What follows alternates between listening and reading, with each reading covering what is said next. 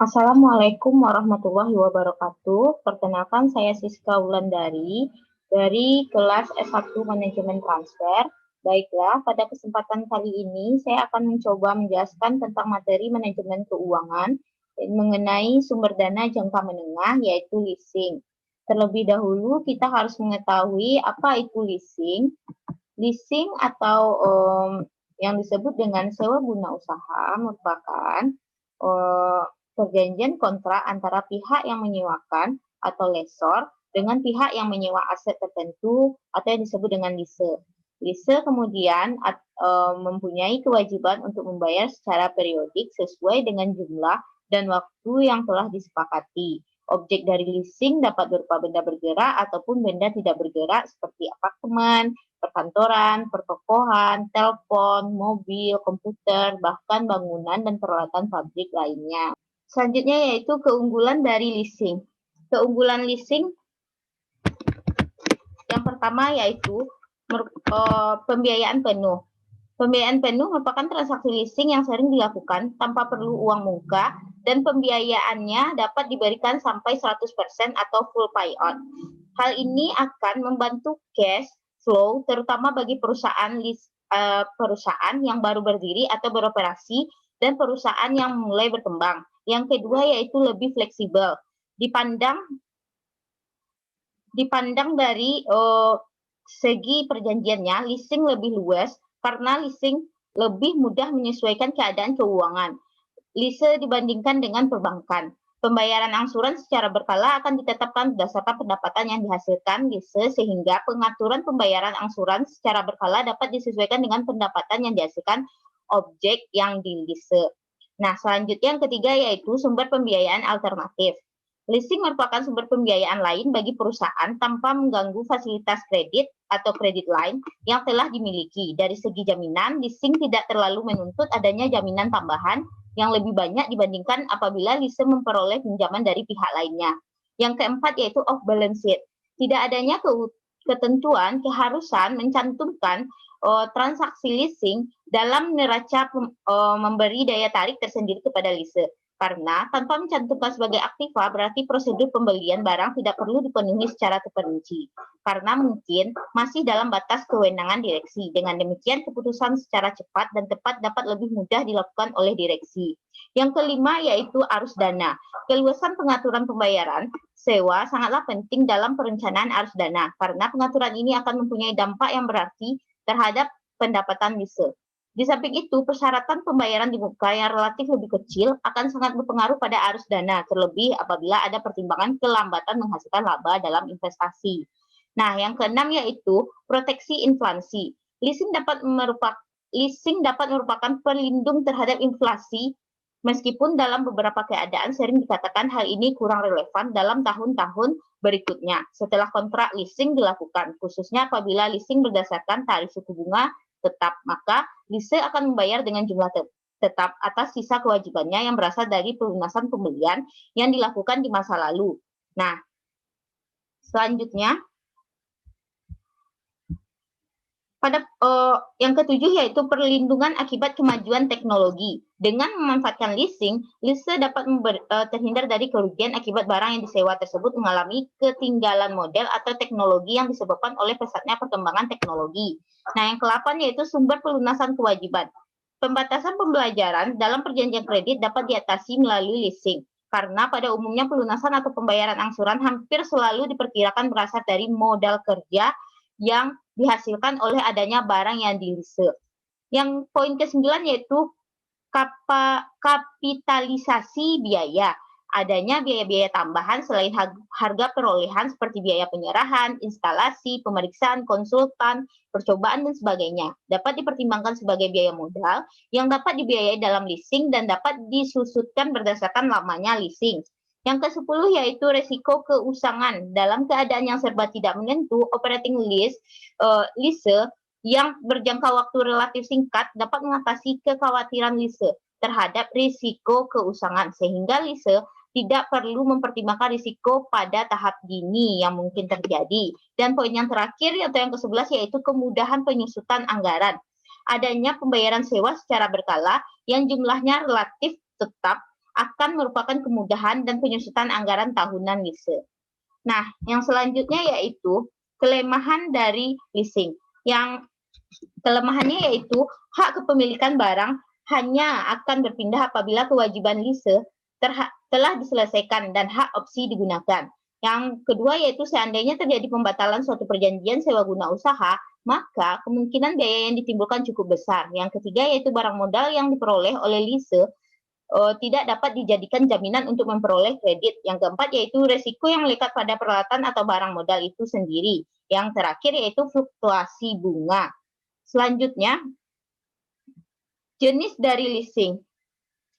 Jenis leasing yang pertama yaitu adanya finansial capital lease, di mana perusahaan sewa guna usaha atau lessor adalah pihak yang membiayai penyediaan barang modal. Penyewa guna usaha atau lease biasanya memilih barang modal yang dibutuhkan dan atas nama perusahaan sewa guna usaha. Sebagai pemilik barang modal tersebut melakukan pemesanan, pemeriksaan, serta pemeliharaan barang modal yang menjadi objek transaksi sewa guna usaha, melakukan pembayaran sewa guna usaha secara berkala, di mana jumlah seluruhnya ditambah dengan pembayaran nilai sisa atau residual value. Kalau ada, akan mencakup pengembalian harga perolehan barang modal yang dibiayai serta bunganya, yang merupakan pendapatan perusahaan sewa guna usaha. Yang poin kedua yaitu ada operating lease. Perusahaan sewa guna usaha membeli barang modal dan selanjutnya disewa guna usahakan kepada penyewa guna usaha. Berbeda dengan finance lease, jumlah seluruh pembayaran sewa guna usaha berkala dalam operating lease tidak mencakup jumlah biaya yang dikeluarkan untuk memperoleh barang modal tersebut. Berikut dengan bunganya. Sebab sewa guna usaha mengharapkan keuntungan justru dari penjualan barang yang disewa guna usahakan untuk melalui beberapa kontrak sewa guna usaha lainnya. Poin yang ketiga yaitu adalah sales type lease. Yaitu sewa guna usaha. Jenis ini merupakan transaksi pembiayaan sewa guna usaha secara langsung atau direct finance lease, di mana dalam jumlah transaksi tersebut laba yang diperhitungkan oleh pabrikan atau penyalur yang juga merupakan perusahaan sewa guna usaha. Sewa guna usaha jenis ini seringkali merupakan suatu jalur pemasaran bagi produk perusahaan tertentu. Di Indonesia, lessor yang mempunyai fungsi ganda semacam ini tidak diperkenankan oleh Departemen Keuangan. Dan yang keempat ada leverage lease, yaitu suatu transaksi sewa guna usaha selain melibatkan lessor, lease juga melibatkan bank kreditor jangka panjang yang membiayai bagian terbesar dalam transaksi. Transaksi sewa guna usaha jenis ini melibatkan setidaknya 3 pihak yaitu penyewa guna usaha dan kreditor jangka panjang membiayai bagian terbesar dari transaksi sewa guna usaha. Jenis transaksi ini jarang terjadi di Indonesia. Hal ini karena suku bunga perbankan dengan suku bunga yang dikenakan perusahaan sewa guna usaha terdapat selisih yang cukup besar. Dan yang terakhir ada syndicate lease, yaitu sewa guna usaha yang sindikasi ini terdiri dari beberapa perusahaan sewa guna usaha secara bersama melakukan transaksi sewa guna usaha dengan satu penyewa guna usaha dengan nilai transaksi yang cukup besar. Dalam transaksi akan ditunjuk salah satu perusahaan anggota sindikasi sebagai koordinator yang berhubungan dengan pihak penyewa guna usaha yang melaksanakan segala sesuatu yang menyangkut dengan transaksi sewa guna usaha. Pelaksanaan transaksi ini dapat dilakukan baik melalui sewa guna usaha langsung maupun tidak langsung. Merupakan perusahaan sewa guna usaha jenis ini seringkali merupakan suatu jalur pemasaran bagi produk perusahaan tertentu. Yang selanjutnya yaitu ada pihak-pihak Selanjutnya yaitu ada pihak-pihak yang terlibat dalam leasing. Ada 4 pihak yang terlibat dalam leasing. Yang pertama yaitu disebut dengan lessor. Lessor yaitu perusahaan sewa guna atau pihak yang memberikan jasa pembiayaan kepada pihak lease dalam bentuk penyediaan barang modal. Nah, yang kedua ada lease, yaitu perusahaan atau pihak yang memperoleh pembiayaan dalam bentuk barang modal dari pihak lessor. Nah, yang ketiga ada supplier, yaitu perusahaan yang mengadakan atau menyediakan barang untuk dijual kepada lease dengan pembayaran secara tunai oleh lessor. Yang keempat ada kreditur. Kreditur merupakan pihak yang dalam transaksi sewa guna biasanya adalah bank yang memegang peranan dalam hal penyediaan dana kepada pihak lessor. Kondisi ini biasanya terjadi dalam mekanisme leverage leasing, di mana member pembiayaan lessor diperoleh melalui kreditur atau pihak bank yang dapat melakukan kredit kepada pihak supplier, Nah, yang selanjutnya yaitu manfaat dari leasing sendiri. Seseorang dapat memanfaatkan suatu aktiva tanpa memiliki aktiva tersebut. Nah, sebagai kompensasi manfaat yang dinikmati, maka ia harus membayar secara periodik sebagai sewa aktiva yang digunakan. Selanjutnya adalah tujuan dari leasing sendiri, yaitu untuk memberikan kemudahan untuk masyarakat dalam memiliki barang modal, walaupun barang tersebut memiliki nilai harga yang cukup tinggi. Selanjutnya yaitu keputusan pembiayaan leasing versus pinjaman. Nah, di sini dapat kita lihat ini adalah rumus yang digunakan, di mana biaya pinjaman sama dengan IO dikurang PVI VFA dikali dengan KLN dikali dengan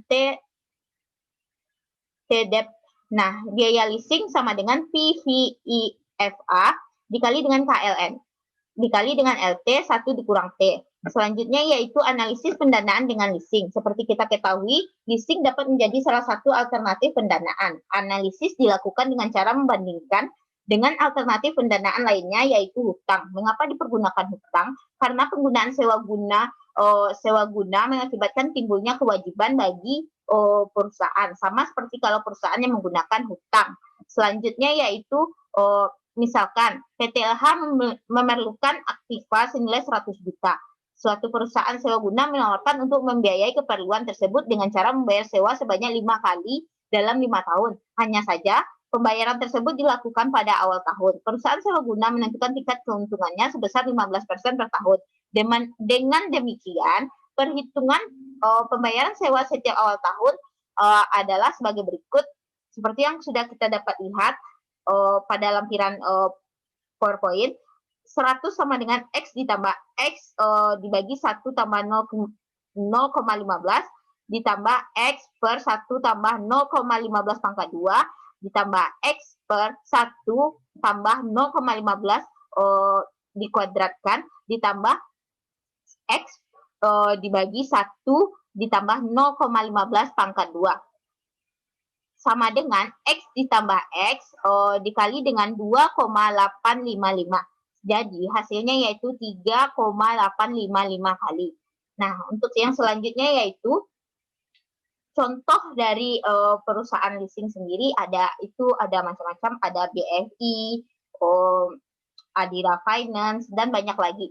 Nah, ini adalah contoh brosur dari BFI Finance yang menyediakan dana tunai atau modal usaha. Di sini kita dapat lihat ini adalah tabel angsurannya. Jika pinjamannya yaitu ada di sini dimulai dari 1 juta sampai 15 juta. Dan ini adalah tabel angsurannya jika melakukan pinjam sama 6, 12, 18, dan 24. Ini adalah jangka waktunya. Selanjutnya yaitu brosur, ini adalah contoh brosur dari perusahaan ACC. Ini adalah simulasi kreditnya. Nah, sekian presentasi yang dapat saya sampaikan. Kalau ada salah dan kurangnya saya mohon maaf. Assalamualaikum warahmatullahi wabarakatuh.